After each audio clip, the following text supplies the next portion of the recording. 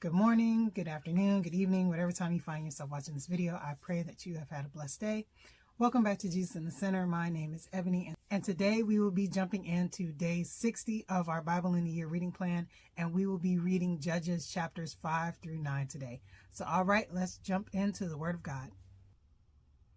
On that day, Deborah and Barak, son of Abimelech, sang this song. Israel leaders took charge, and the people gladly followed. Praise the Lord. Listen, you kings. Pay attention, you mighty rulers, for I will sing to the Lord. I will make music to the Lord, the God of Israel.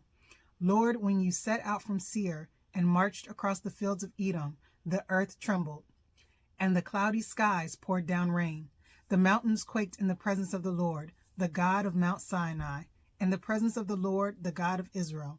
In the days of Shamgar, son of Anath, and in the days of Jael, people avoided the main roads, and travelers stayed on winding pathways. There were few people left in the villages of Israel, until Deborah arose as a mother for Israel. When Israel chose new gods, war erupted at the city gates. Yet not a shield or spear could be seen among 40,000 warriors in Israel. My heart is with the commanders of Israel, with those who volunteered for war. Praise the Lord. Consider this, you who ride on fine donkeys, you who sit on fancy saddle blankets, and you who walk along the road. Listen to the village musicians gathered at the watering holes. They recount the righteous victories of the Lord and the victories of his villagers in Israel. Then the people of the Lord marched down the city gates. Wake up, Deborah, wake up.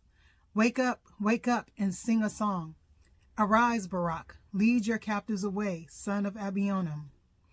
Down from Tabor marched the few against the nobles. The people of the Lord marched down against mighty warriors. They came down from Ephraim, a land that once belonged to the Amalekites. They followed you, Benjamin, with your troops. From Machir the commanders marched down. From Zebulun came those who carry a commander's staff. The princes of Issachar were with Deborah and Barak. They followed Barak, rushing into the valley. But in the tribe of Reuben there was great indecision. Why did you sit at home among the sheepfolds to hear the shepherds whistle for their flocks? Yes, in the tribe of Reuben there was great indecision. Gilead remained east of the Jordan. And why did Dan stay home? Asher sat unmoved at the seashore, remaining in his harbors. But Zebulun risked his life, as did Naphtali, on the heights of the battlefield. The kings of Canaan came and fought at Tanakh near Megiddo's springs, but they carried off no silver treasures. The stars fought from heaven. The stars in their orbits fought against Sisera. The Kishon River swept them away, the ancient torrent, the Kishon. March on with courage, my soul. Then the horses' hooves hammered the ground, the galloping of Sisera's mighty steeds. Let the people of Meroz be cursed, said the angel of the Lord. Let them be utterly cursed, because they did not come to help the Lord against the mighty warriors. Most blessed among women is Jael, the wife of Heber the Kenite. May she be blessed above all women who live in tents. Sisera asked her for water, and she gave him milk. In a bowl fit for nobles, she brought him yogurt. Then with her left hand she searched for a tent peg, and with her right hand for the workman's hammer. She struck Sisera with the hammer, crushing his head. With a shattering blow she pierced his temple. He sank, he fell, he lay still at her feet, and where he sank, there he died. From the window Sisera's mother looked out. Through the window she watched for his return, saying, Why is his chariot so long in coming? Why don't we hear the sound of chariot wheels? Her wise women answer, and she repeats these words to herself. They must be dividing the captured plunder, with a woman or two for every man. There will be colorful robes for Sisera, and colorful embroidered robes for me. Yes, the plunder will include colorful robes embroidered on both sides. Lord, may all your enemies die like Sisera, but may those who love you rise like the sun in all its power. Then there was peace in the land for 40 years. Amen. So that is the end of Judges chapter 5. We see the song of Deborah, which recounts what happened in the battle. Next, we will read Judges chapter 6. The Israelites did evil in the Lord's sight, so the Lord handed them over to the Midianites for 7 years. The Midianites were so cruel that the Israelites made hiding places for themselves in the mountains, caves, and strongholds. Whenever the Israelites planted their crops, marauders from Midian, Abimelech, and the people of the east would attack Israel, camping in the land and destroying crops as far away as Gaza. They left the Israelites with nothing to eat, taking all the sheep, goats, cattle, and donkeys. These enemy hoarders, coming with their livestock and tents, were as thick as locusts. They arrived on droves of camels, too numerous to count, and they stayed until the land was stripped bare. So Israel was reduced to starvation by the Midianites. Then the Israelites cried out to the Lord for help. When they cried out to the Lord because of Midian, the Lord sent a prophet to the Israelites. He said, "This is what the Lord, the God of Israel, says. I brought you up out of slavery in Egypt. I rescued you from the Egyptians and from all who oppressed you. I drove out your enemies and gave you their land. I told you, I am the Lord your God. You must not worship the gods of the Amorites, in whose land you now live. But you have not listened to me." Then the angel of the Lord came and sat beneath the great tree at Ophrah, which belonged to Joash of the clan of Abiezer. Gideon, son of Joash, was threshing wheat at the bottom of a winepress to hide the grain from the Midianites. The angel of the Lord appeared to him and said, "Mighty hero, the Lord is with you." "Sir," Gideon replied, "if the Lord is with us, why has all this happened to us? And where are all the miracles our ancestors told us about? Didn't they say, 'The Lord brought us up out of Egypt'? But now the Lord has abandoned us and handed us over to the Midianites." Then the Lord turned to him and said, "Go with the strength you have and rescue Israel from the Midianites. I am sending you." "But Lord," Gideon replied, "how can I rescue Israel? My clan is the weakest in the whole tribe of Manasseh, and I am the least in my entire family." The Lord said to him, "I will be with you, and you will destroy the Midianites as if you were fighting against one man." Gideon replied, "If you are truly going to help me, show me a sign to prove that it is really the Lord speaking to me. Don't go away until I come back and bring my offering to you." He answered, "I will stay here until you return." Gideon hurried home. He cooked a young goat, and with a basket of flour he baked some bread without yeast. Then, carrying the meat in a basket and the broth in a pot, he brought them out and presented them to the angel who was under the great tree. The angel of God said to him, "Place the meat and the unleavened bread on this rock and pour the broth over it."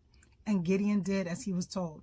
Then the angel of the Lord touched the meat and the bread with the tip of the staff in his hand, and fire flamed up from the rock and consumed all he had brought, and the angel of the Lord disappeared. When Gideon realized that it was the angel of the Lord, he cried out, "O sovereign Lord, I'm doomed. I have seen the angel of the Lord face to face." "It is all right," the Lord replied. "Do not be afraid. You will not die." And Gideon built an altar to the Lord there and named it Yahweh Shalom, which means "the Lord is peace." The altar remains in Ophrah in the land of the clan of Abiezer to this day. That night the Lord said to Gideon, "Take the second bull from your father's herd, the one that is 7 years old, pull down your father's altar to Baal, and cut down the Asherah pole standing beside it. Then build an altar to the Lord your God here on this hilltop sanctuary, laying the stones carefully. Sacrifice the bull as a burnt offering on the altar, using as fuel the wood of the Asherah pole you cut down." So Gideon took 10 of his servants and did as the Lord had commanded. But he did it at night because he was afraid of the other members of his father's household and the people of the town. Early the next morning, as the people of the town began to stir, someone discovered that the altar of Baal had been broken down and that the Asherah pole beside it had been cut down. In their place a new altar had been built, and on it were the remains of the bull that had been sacrificed. The people said to each other, "Who did this?" And after asking around and making a careful search, they learned that it was Gideon, the son of Joash. "Bring out your son," the men of the town demanded of Joash. "He must die for destroying the altar of Baal and for cutting down the Asherah pole." But Joash shouted to the mob that confronted him, "Why are you defending Baal? Will you argue his case? Whoever pleads his case will be put to death by morning. If Baal truly is a god, let him defend himself and destroy the one who broke down his altar." From then on, Gideon was called Jerubbaal, which means "let Baal defend himself," because he broke down Baal's altar. Soon afterward, the armies of Midian, Abimelech, and the people of the east formed an alliance against Israel and crossed the Jordan, camping in the valley of Jezreel. Then the Spirit of the Lord clothed Gideon with power. He blew a ram's horn as a call to arms, and the men of the clan of Abiezer came to him. He also sent messengers throughout Manasseh, Asher, Zebulun, and Naphtali, summoning their warriors, and all of them responded. Then Gideon said to God, "If you are truly going to use me to rescue Israel as you promised, prove it to me in this way. I will put a wool fleece on the threshing floor tonight. If the fleece is wet with dew in the morning, but the ground is dry, then I will know that you are going to help me rescue Israel as you promised." And that is just what happened. When Gideon got up early the next morning, he squeezed the fleece and wrung out a whole bowl full of water. Then Gideon said to God, "Please don't be angry with me, but let me make one more request. Let me use the fleece for one more test. This time, let the fleece remain dry while the ground around it is wet with dew." So that night, God did as Gideon asked. The fleece was dry in the morning, but the ground was covered with dew. Amen. So that is the end of Judges chapter 6. We see the call of Gideon, and Gideon responding to the call of the Lord by destroying the altar of Baal and the Asherah pole that they were worshiping in the town that he was living in. And so now God is calling him to assemble an army to go fight the armies that have come up against Israel. So let's see what happens in Judges chapter 7. So Jerubbaal, that is Gideon, and his army got up early and went as far as the spring of Harod. The armies of Midian were camped north of them in the valley near the hill of Moreh. The Lord said to Gideon, "You have too many warriors with you. If I let all of you fight the Midianites, the Israelites will boast to me that they saved themselves by their own strength. Therefore, tell the people, whoever is timid or afraid may leave this mountain and go home." So 22,000 of them went home, leaving only 10,000 who were willing to fight. But the Lord told Gideon, "There are still too many. Bring them down to the spring, and I will test them to determine who will go with you and who will not." When Gideon took his warriors down to the water, the Lord told him, "Divide the men into 2 groups. In one group put all those who cup water in their hands and lap it up with their tongues like dogs. In the other group put all those who kneel down and drank with their mouths in the stream." Only 300 of the men drank from their hands. All the others got down on their knees and drank with their mouths in the stream. The Lord told Gideon, "With these 300 men I will rescue you and give you victory over the Midianites. Send all the others home." So Gideon collected the provisions and ram's horns of the other warriors and sent them home, but he kept the 300 men with him. The Midianite camp was in the valley just below Gideon. That night the Lord said, "Get up, go down into the Midianite camp, for I have given you victory over them. But if you are afraid to attack, go down to the camp with your servant Purah. Listen to what the Midianites are saying, and you will be greatly encouraged. Then you will be eager to attack." So Gideon took Purah and went down to the edge of the enemy camp. The armies of Midian, Abimelech, and the people of the east had settled in the valley like a swarm of locusts. Their camels were like grains of sand on the seashore, too many to count. Gideon crept up just as a man was telling his companion about a dream. The man said, "I had this dream, and in my dream a loaf of barley bread came tumbling down into the Midianite camp. It hit a tent and turned it over and knocked it flat." His companion answered, "Your dream can mean only one thing. God has given Midian, son of Joash, the Israelite, victory over Midian and all its allies." When Gideon heard the dream and its interpretation, he bowed and worshipped before the Lord. Then he returned to the Israelite camp and shouted, "Get up, for the Lord has given you victory over the Midianite hordes." He divided the 300 men into 3 groups and gave each man a ram's horn and a clay jar with a torch in it. Then he said to them, "Keep your eyes on me. When I come to the edge of the camp, do just as I do. As soon as I and those with me blow the ram's horns, blow your horns too, all around the entire camp, and shout, 'For the Lord and for Gideon.'"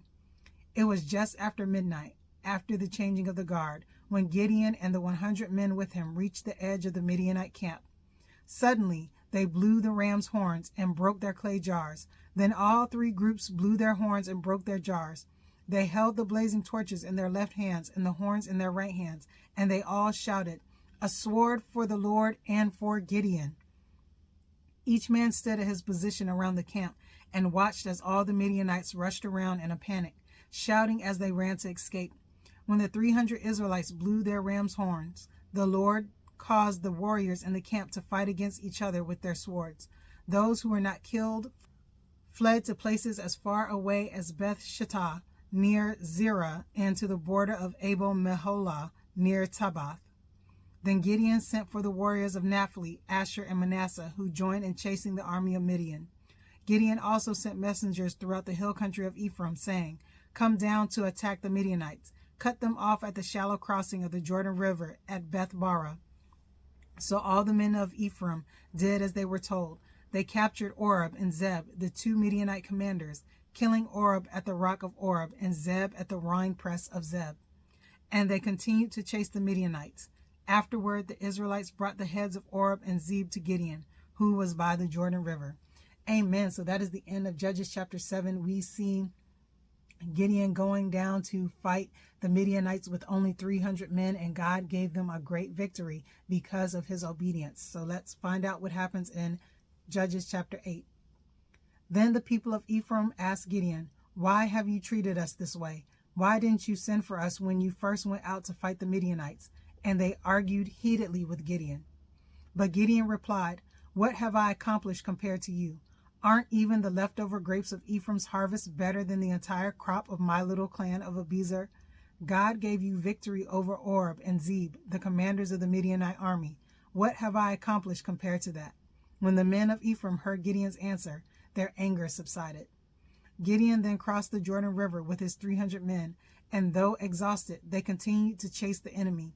When they reached Succoth, Gideon asked the leaders of the town, "Please give my warriors some food. They are very tired. I am chasing Zebah and Zalmunna, the kings of Midian." But the officials of Succoth replied, "Catch Zebah and Zalmunna first, and then we will feed your army." So Gideon said, "After the Lord gives me victory over Zebah and Zalmunna, I will return and tear your flesh with the thorns and briars from the wilderness." From there, Gideon went up to Peniel and again asked for food, but he got the same answer. So he said to the people of Peniel, "After I return in victory, I will tear down this tower." By this time, Zebah and Zalmunna were in Karkor with about 15,000 warriors, all that remained of the allied armies of the east, for 120,000 had already been killed. Gideon circled around by the caravan route east of Nobah and Jogbehah, taking the Midianite army by surprise. Zebah and Zalmunna, the two Midianite kings, fled, but Gideon chased them down and captured all their warriors. After this, Gideon returned from the battle by way of Heres Pass. There he captured a young man from Succoth and demanded that he write down the names of all the 77 officials and elders in the town. Gideon then returned to Succoth and said to the leaders, "Here are Zebah and Zalmunna. When we were here before, you taunted me, saying, 'Catch Zebah and Zalmunna first, and then we will feed your exhausted army.' Then Gideon took the elders of the town and taught them a lesson, punishing them with thorns and briars from the wilderness. He also tore down the tower of Peniel and killed all the men in the town." Then Gideon asked Zebah and Zalmunna, "The men you killed at Tabor, what were they like?" "Like you," they replied. "They all had the look of a king's son." "They were my brothers, the sons of my own mother," Gideon exclaimed. "As surely as the Lord lives, I wouldn't kill you if you hadn't killed them." Turning to Jether, his oldest son, he said, "Kill them."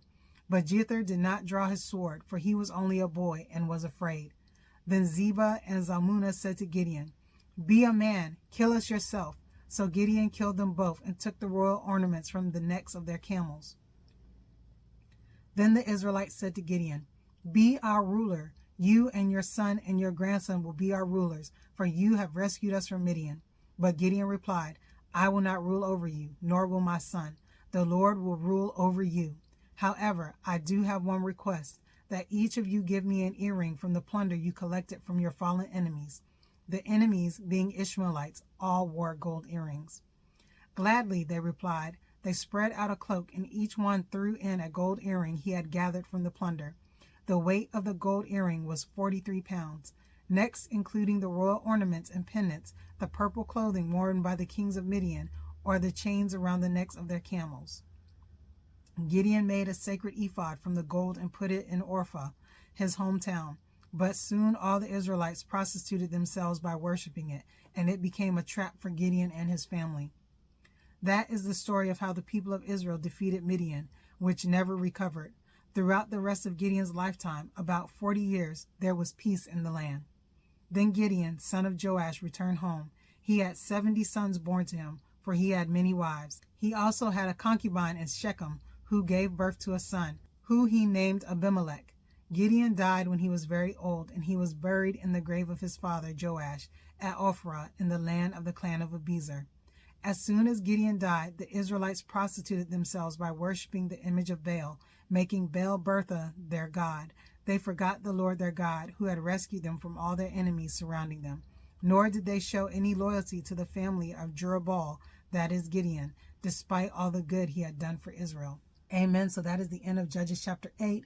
We see Gideon capturing the kings of the army that had came up against Israel. And then we also see his death and how the Israelites, once again, after he died, prostituted themselves by worshiping idols, and they did not respect Gideon's family. So let's see what happens in Judges chapter 9. One day, Gideon's son, Abimelech, went to Shechem to visit his uncles, his mother's brothers. He said to them and to the rest of his mother's family, "Ask the leading citizens of Shechem whether they want to be ruled by all 70 of Gideon's sons or by one man. And remember that I am your own flesh and blood." So Abimelech's uncles gave his message to all the citizens of Shechem on his behalf. And after listening to this proposal, the people of Shechem decided in favor of Abimelech because he was their relative. They gave him 70 silver coins from the temple of Baal-Berith, which he used to hire some reckless troublemakers who agreed to follow him. He went to his father's home in Ophrah, and there, on one stone, they killed all 70 of his half-brothers, the sons of Gideon. But the youngest brother, Jotham, escaped and hid. Then all the leading citizens of Shechem and Beth Millo called a meeting under the oak beside the pillar at Shechem and made Abimelech their king. When Jotham heard about this, he climbed to the top of Mount Gerizim and shouted, "Listen to me, citizens of Shechem. Listen to me if you want God to listen to you. Once upon a time, the trees decided to choose a king, for they said to the olive tree, 'Be our king.' But the olive tree refused, saying, 'Should I quit producing the olive oil that blesses both God and people just to wave back and forth over the trees?' Then they said to the fig tree, 'You be our king.' But the fig tree also refused, saying, 'Should I quit producing my sweet fruit just to wave back and forth over the trees?' Then they said to the grapevine, 'You be our king.' But the grapevine also refused, saying, 'Should I quit producing the wine that cheers both God and people just to wave back and forth over the trees?' Then all the trees finally turned to the thorn bush and said, 'Come, you be our king.' And the thorn bush replied to the trees, 'If you truly want to make me your king, come and take shelter in my shade. If not, let fire come out from me and devour the cedars of Lebanon.' Jotham continued, 'Now make sure you have acted honorably and in good faith by making Abimelech your king, that you have done right by Gideon and all of his descendants. Have you treated him with the honor he deserves for all he accomplished? For he fought for you and risked his life when he rescued you from the Midianites. But today you have revolted against my father and his descendants, killing his 70 sons on one stone. And you have chosen his slave woman's son, Abimelech, to be your king just because he is your relative. If you have acted honorably and in good faith toward Gideon and his descendants today, then may you find joy in Abimelech, and may he find joy in you. But if you have not acted in good faith, then may fire come out from Abimelech and devour the leading citizens of Shechem and Beth Millo. And may fire come out from the citizens of Shechem and Beth Millo and devour Abimelech."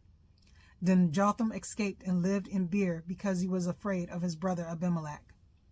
After Abimelech had ruled over Israel for 3 years, God sent a spirit that stirred up trouble between Abimelech and the leading citizens of Shechem, and they revolted. God was punishing Abimelech for murdering Gideon's 70 sons and the citizens of Shechem for supporting him in this treachery of murdering his brothers. The citizens of Shechem set an ambush for Abimelech on the hilltops and robbed everyone who passed that way. But someone warned Abimelech about their plot. One day, Gaal, son of Ebed, moved to Shechem with his brothers and gained the confidence of leading citizens of Shechem. During the annual harvest festival at Shechem, held in the temple of the local god, the wine flowed freely, and everyone began cursing Abimelech. "Who is Abimelech?" Gaal shouted. "He is not a true son of Shechem, so why should we be his servants? He's merely the son of Gideon, and this Zubal is merely his deputy. Serve the true sons of Hamor, the founder of Shechem. Why should we serve Abimelech? If I were in charge here, I would get rid of Abimelech. I would say to him, get some soldiers and come out and fight. But when Zebul, the leader of the city, heard what Gaal was saying, he was furious. He sent messengers to Abimelech in Arumah, telling him, Gaal, son of Ebed, and his brothers have come to live in Shechem, and now they are inciting the city to rebel against you. Come by night with an army and hide out in the fields. In the morning, as soon as it is daylight, attack the city. When Gaal and those who are with him come out against you, you can do with them as you wish. So Abimelech and all his men went by night and split into 4 groups, stationing themselves around Shechem. Gaal was standing at the city gates when Abimelech and his army came out of hiding. When Gaal saw them, he said to Zubal, Look, there are people coming down from the hilltops. Zebul replied, It's just the shadows on the hills that look like men. But Gaal again said, No, people are coming down from the hills, and another group is coming down the road past the diviner's oak. Then Zebul turned on him and asked, Now where is that big mouth of yours? Wasn't it you that said, Who is Abimelech, and why should we be his servants? The men you mocked are right outside the city. Go out and fight them. So Gaal led the leading citizens of Shechem into battle against Abimelech. But Abimelech chased him, and many of Shechem's men were wounded and fell along the road as they retreated to the city gate. Abimelech returned to Arumah, and Zebul drove Gaal and his brothers out of Shechem. The next day the people of Shechem went out into the fields to battle. When Abimelech heard about it, he divided his men into 3 groups and set an ambush in the fields. When Abimelech saw the people coming out of the city, he and his men jumped up from their hiding places and attacked them. Abimelech and his group stormed the city gates to keep the men of Shechem from getting back in, while Abimelech's other 2 groups cut them down in the fields. The battle went on all day before Abimelech finally captured the city. He killed the people, leveled the city, and scattered salt all over the ground. When the leading citizens who lived in the tower of Shechem heard what had happened, they ran and hid in the temple of Baal-berith. Someone reported to Abimelech that the citizens had gathered in the temple. So he led his forces to Mount Zalem. He took an axe and chopped some branches from a tree, then put them on his shoulder. Quick, do as I have done, he told his men. So each of them cut down some branches, following Abimelech's example. They piled the branches against the walls of the temple and set them on fire. So all the people who lived in the tower of Shechem died, about 1,000 men and women. Then Abimelech attacked the town of Thebez and captured it. But there was a strong tower inside the town, and all the men and women, the entire population, fled to it. They barricaded themselves in it and climbed up to the roof of the tower. Abimelech followed them to attack the tower, but as he prepared to set fire to the entrance, a woman on the roof dropped a millstone that landed on Abimelech's head and crushed his skull. He quickly said to his young armor-bearer, Draw your sword and kill me. Don't let it be said that a woman killed Abimelech. So the young man ran him through with his sword, and he died. When Abimelech's men saw that he was dead, they disbanded and returned to their homes. In this way, God punished Abimelech for the evil he had done against his father by murdering his 70 brothers. God also punished the men of Shechem for all their evil. So the curse of Jotham, son of Gideon, was fulfilled. Amen. So that is the end of Judges chapter 9. We see all of the things that happened to Abimelech and the town of Shechem because of their mistreatment and a rebellion against the Lord, their mistreatment of Gideon and his sons. So the curse of his younger brother came true. All right, so that is the end of day 60 of our Bible in a Year reading plan. I hope you enjoyed this reading. If you haven't already downloaded the reflection questions, you can find them in the discussion section of the video. Don't forget to like, leave a comment, and subscribe to the channel so you can get the notifications for day 61 of our Bible in a Year reading plan. All right, stay blessed. Bye.